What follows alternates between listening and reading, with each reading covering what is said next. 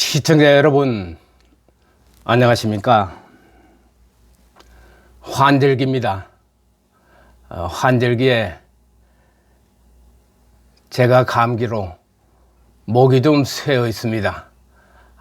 그런데 오늘 광주 사태 5번째 이 얘기를 하려는 것은 저희 시청자 절친 패친 한 분이 다음 얘기를 듣고 싶으니 이 얘기를 좀 해달라고 해서 이렇게 목이 샌 가운데 나왔습니다. 오늘은 기자가 본 역사의 현장, 반란의 도시 광주 사태 4번째 이야기에 이어서 5번째 이야기를 시작하겠습니다. 4번째 얘기 말미에 BBS 직업소년학교 학생들 공부시키는데 어느 날 그 학생들을 비가 새는 교실에서 카메라를 맨 방문객 한 분을 만나게 된 것입니다. 그 방문객은 대뜸 저희 모습과 학생들을 사진을 찍어대더니 기자라고 신분을 밝히더군요. 그분의 몇 마디 질문과 나는 대답을 하는 동안에 그 방문객은 여러 가지 이 학교에서 어린이들을 가르치는 이유 등 이런 걸 묻고 돌아갔습니다. 다음 날 밤 안녕 인사를 하면서 교실 문을 들어서자 야간 학교이기 때문에 밤에 수업이 시작됩니다. 학생들이 일제히 박수를 치면서 가지고 온 신문들을 펼쳐들더군요. 학생들이 건네준 신문에는 내 사진과 함께 월남에서 돌아온 파월 용사가 고향에서 BBS 직업 청소년들을 가르치고 있다는 기사가 실려 있었습니다. 1980년 5월 18일 하호 8시에 평화스러운 햇불 시위로 광주 조선대학교 광장에서 해산되었던 광주의 시위가 하룻밤 사이에 나주 경찰서까지 점거되었다는 사실, 이건 민주화 운동이 아니고 폭동이자 반란으로 생각이 들었습니다. 저는 월남전에 참전했던 60년대 전쟁 경험자로서 이 사태의 심각성을 누구보다도 절실하게 느껴졌기에 매우 불안했습니다.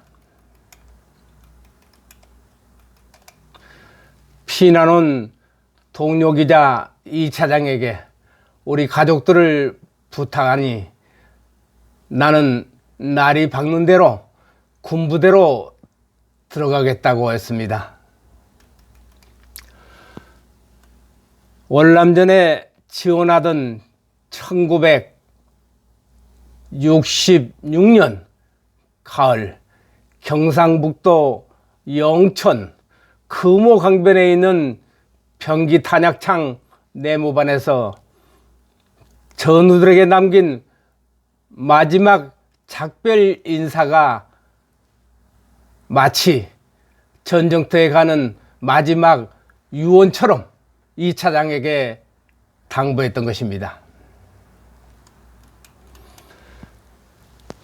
직장 동료인 이 차장도 어제 부인과 함께 어린애들을 데리고 처갓집인 완도로 피신하려다가 나주에서 버스가 중단되는 바람에 우리 집을 찾아온 터라 협박 전화 이후 지방 사람인 나를, 내 신변을 더 걱정을 하고 있었습니다. 무장한 폭도들이 나를 유신 언론인으로 지칭하며 죽인다는 협박 전화는 왜 했는지 이유를 알 수가 없었습니다. 나는 유신 독재와 군사정권 타도를 외치는 제야 정치권의 민주화 운동가들을 그때는 대목군으로 여기고 그들을 경멸해 왔던 것입니다. 5.16 혁명으로 가난과 부정부패를 척결한 박정희 대통령을 항상 존경해 왔던 것입니다. 그런 나를 두고 그들이 아마 유신 잔당이며 유신 언론인으로 지목한 모양입니다. 4.19 혁명으로 자유당 정권이 붕괴되기 이전까지 내게는 전쟁 유자녀라는 꼬리표와 함께 가난과 굶주림 속에서 유년 시절을 보냈습니다.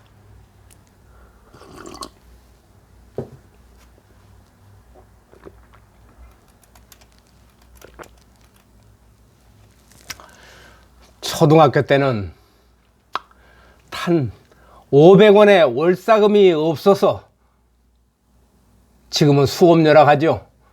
그 수업료를 못 내서 학교에서 쫓겨난 일도 있으며 점심때면 도시락이 없어서 학교 우물물을 퍼 마시면서 배고픔을 달래왔고, 중학교 3학년이 되던 해인 1960년 5.16 군사혁명을 맞이했습니다.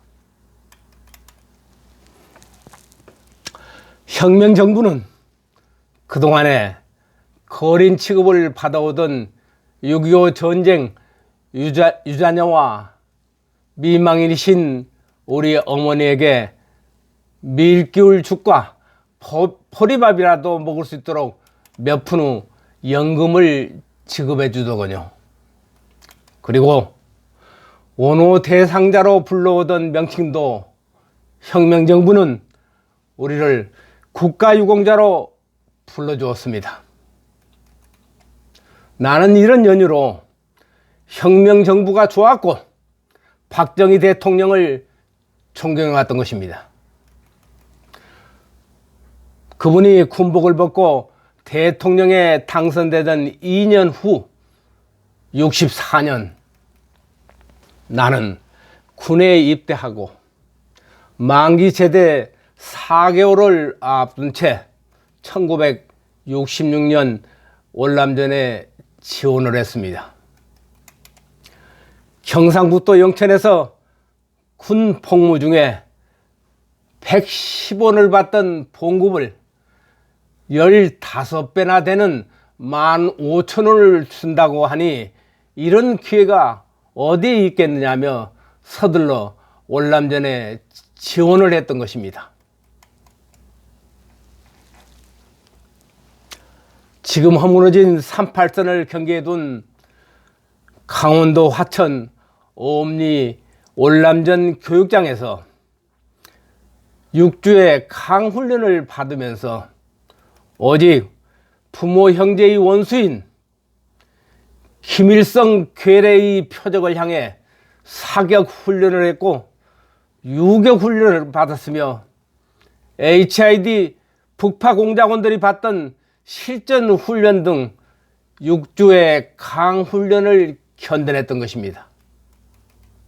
그리고 1966년 9월 부산항 삼부도에서 국군의장대의 아리랑 연주를 끝으로 상하이 나라 월남을 향해 떠났습니다.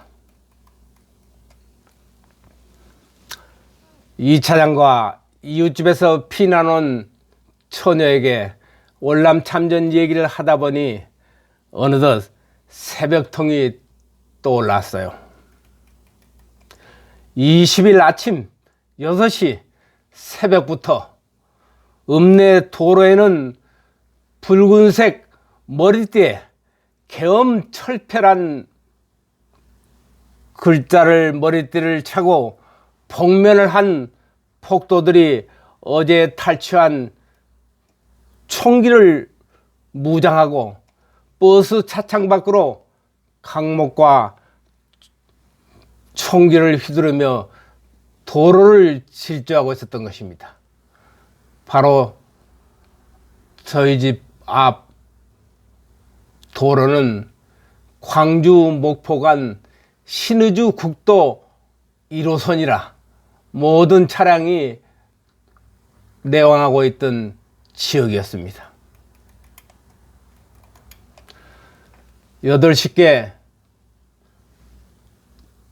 전남매일신문 나주지사 총무인 손총무가 사무실로 들어왔기에 손총무의 안내로 군부대로 피신하기 위해서 자전거와 남루한 점퍼 차림으로 옷을 갈아입고 출발을 서두르는데 이 차장이 전화 수화기를 건네주더군요. 전화는 지역 유지며 교회 장로인 내 선배의 목소리였습니다. 윤 선배는 나주에서 규모가 큰 정부 양복 도전 공장을 운영하고 있는 선배는 전화에 공장에 총을 든 폭도들이 찾아와서 쌀가마들을 일부 털어갔는데 선배 자신도 피신을 해야겠다며 도와달라는 전화였습니다. 나는 예비군대대 인근 지점을 알려주면서 그곳에서 만나자고 약속한 후 자전거를 타고 이 차장과 기약 없는 작별을 나누었습니다. 어젯밤부터 부대 정문 쪽은 이미 폭도들이 신을 치고 있다는 대대장 정소령의 전원을 받은 터라 나는 후문 쪽 2km를 돌아서 보살리 마제 방향으로 진로를 잡았던 것입니다. 채등이라고 불리는 빈촌 부락을 지나서 농로 가장자리 외딴 곳에 위치한 도축장 앞에서 자전거를 멈춰서야 했습니다. 도축장 앞 농로 쪽은 대형 트럭, 주황색이 그려진 아마 대한통운 차량의 색깔이었습니다. 도로를 차단한 채 무장한 장정 6, 7명이 길목을 지키고 있었습니다. 아마 군부대 후문 쪽을 경계하는 모양입니다. 우리는 막다른 길에서 되돌아설 수도 없게 되어 담벼락에 몸을 숨긴 채 지방사람 여부를 확인해 보니 트럭 공문에는 영암 시민군이란 표식이 붙어 있더군요. 허름한 점퍼에 노동자 차림으로 위장했으니 무작정 지나가는 수밖에 다른 방법이 없어서 우리 두 사람은 자전거 페달을 힘껏 밟았습니다. 속도를 내고 폭 1m가 되는 농로를 향해 죽을 힘을 다해서 자전거 페달을 돌렸던 것입니다. 산등성옥이 논두렁에서 자전거를 팽개치고 털썩 주저앉아서 호흡을 가다듬고 있는데 약속한 윤 선배는 아무런 소식이 없더군요. 무작정 기다릴 수가 없어서 손총무에게 우리 가족과 2차장 가족을 돌보아 달라고 당부한 후 그가 자전거를 타고 무사히 사라지는 것을 확인한 후에 부대를 향해 마구 뛰었습니다.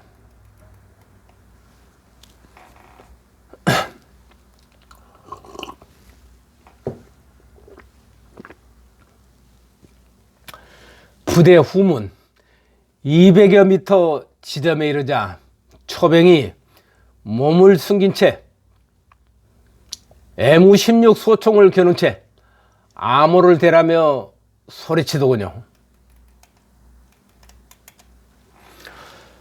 나는 두 손을 번쩍 들고 대대장의 이름을 불렀습니다.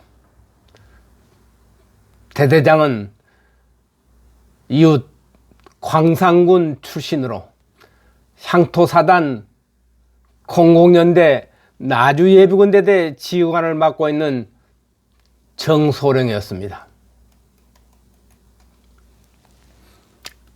그와는 2년 전 제가 나주군 방위위원으로 이촉받아서 예비군 지원 업무를 하던 중에 그와 교분을 나눴는데 그는 4살 연상인 나를 친형처럼 대하며 호영호재하는 사이로 지내왔었던 것입니다.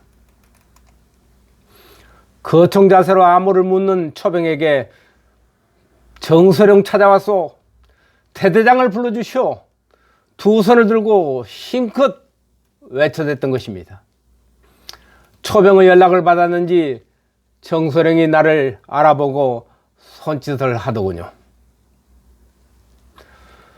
부대 정문에 들어서자 현역병 서너 명이 무장을 하고 불록담 철조망 사이로 낮은 포복 자세로 엎드려서 경계태세를 하고 있는 모습이 보였습니다. 정소령 안내로 사무실에 들어서자 부관 이중희와 교육 담당 김중희가 반갑게 인사를 하더군요. 형님, 이게 무슨 날벼락입니까? 사단은 물론 연대와 무전이 두절되고 폭도들은 부대 앞까지 몰려와 총질을 해대니 이를 어찌할 거냐며 당황해 하더군요. 두 장교와 당변병이 자리를 비우자 어제 읍내에서 난무했던 광주의 유언비어를 정리해 보았습니다. 첫째, 전두환이 보낸 경상도 출신 공수부대가 광주 시가지를 장악하고 총검으로 시위 군중을 무차별 학살하며 도청 앞 금남로 거리에 장갑차가 나타나 시민들을 오징어처럼 깔아뭉개며 베레모를 쓴 공수부대가 총검으로 임산부의 배를 갈라 죽이는 만행과 함께 이미 350만 도민들이 학살 명령까지 떨어졌다는 유언비어가 이곳 나주까지 나돌고 있다는 사실입니다.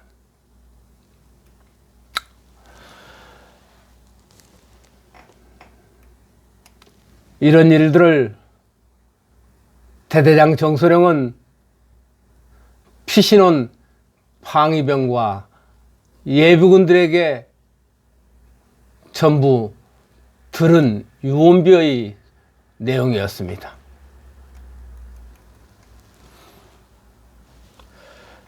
그리고 병력과 무기도 없이 저들이 공격을 해온다면 부대 사수가 어렵다며 월남전을 경험한 내 의견을 듣기 위해서 부하들을 물리쳤다고 했습니다.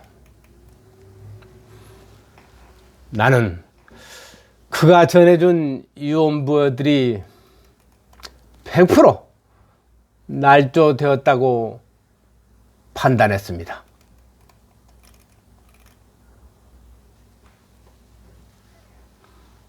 어떻게? 대한민국 군의 장성인 보안사령관인 전두환 장군이 어떻게 천남 도민 학살 명령을 받고 공수부대를 광주에 투입했다는 게 이게 말이나 되는 얘기입니까? 그래서 그 유언벼들을 정리를 해보는 것입니다. 그러면 역사로서의 5.18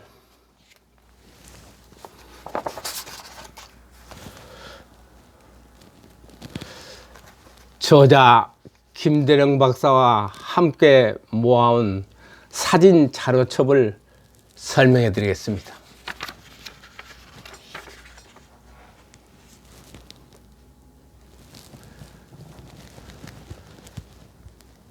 이 사진은 5월 19일 오후 3시께 나주 예비군대대 무기고에서 피탈한 1800여 정의 무기를 소지하고 탈취한 군용 차량 등 버스에 광주로 진군하고 있는 무정 폭력의 사진입니다.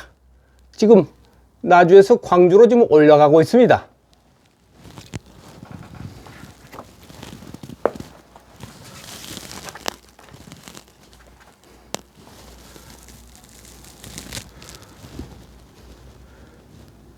당시 전남도의 인구는 350만으로 통계되고 있습니다. 여기 아치 80만의 힘모아 활기찬 광주를 서진 이 아치 앞에 광주 도청을 향해서 진군하고 있는 무장 폭력 세력들의 사진입니다.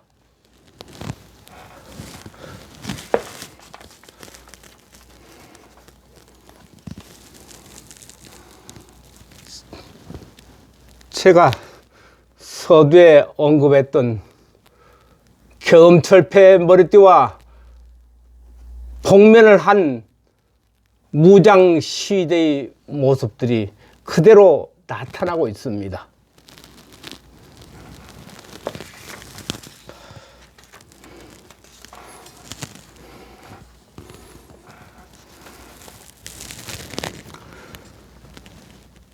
이 모습을 보십시오.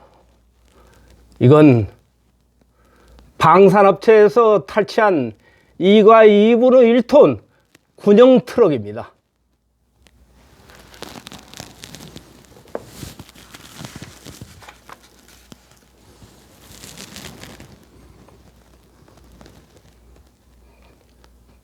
자, 여기에 사진들을 보십시오.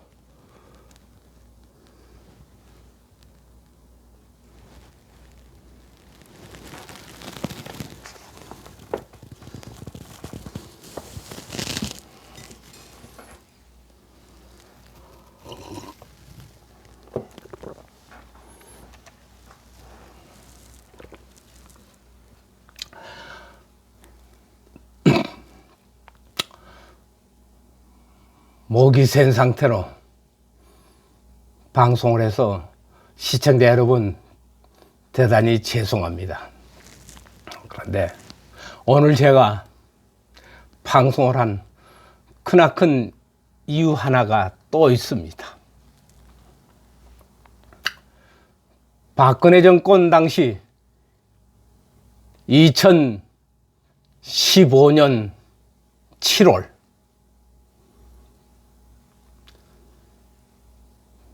방송통신심의위원장은 대통령이 추천 임명을 합니다. 박근혜 정권이 추천 임명했던 방송통신심의위원장 박여정이 2015년 7월 북한군 개입이 세상에 폭로된 그 시점에서 채널A 탕탕평평 방송이 북한군 개입 현장 인터뷰를 하는 그 모습을 보고 국민들은 놀랐던 것입니다. 그때 5.18 단체들이 서울에 몰려가서 채널A 방송 현관을 기습하고 쳐들어가고 항의를 했던 것입니다. 그럴 때 박여정 방송통신심의위원장이 5.18 재단 측에 손을 들어주고 북한군 개입 광주사태 진상규명을 중단시켰던 장본인입니다. 또 오늘 미국에서 김대중 박사가 보내온 메시지에 박여정 방송통신심의위원장이 김대중이 만들어 놓은 다음 홈페이지 5.18 진실규명에 대한 홈페이지를 삭제했다가 4년 만에 다시 복구되어서 세상의 빛을 보게 되었다는 소식을 전해오게 된 것입니다. 자, 이제 문재인 정권은 다른 건 몰라도 국민들이 바라고 있는 5.18 유공자 명단을 떳떳하게 공개해 줄 것을 촉구합니다. 국가유공자, 자랑스럽고 명예스러운 명칭입니다. 왜 그 유공자들이 개인정보라는 이유로 그들의 명단을 국민들에게 밝혀주지 못합니까? 밝혀야 되지 않습니까? 지금 여당 대표를 하고 있는 이해찬 대표, 버젓하게 광주에 온 일도 없는 내가 5.18 유공자가 되었다고 신분증을 제시하면서 떳떳하게 밝혔는데 나머지 5천여 명, 6천여 명에 되는 유공자 명단 숨겨야 될 이유는 없는 것입니다. 밝히십시오. 밝혀서 어느 것이 진실이고 어느 것이 거짓인가를 국민들이 판단해야 되는 것입니다. 이상으로 저희 체험 수기 5번째 얘기를 마치겠습니다. 감사합니다.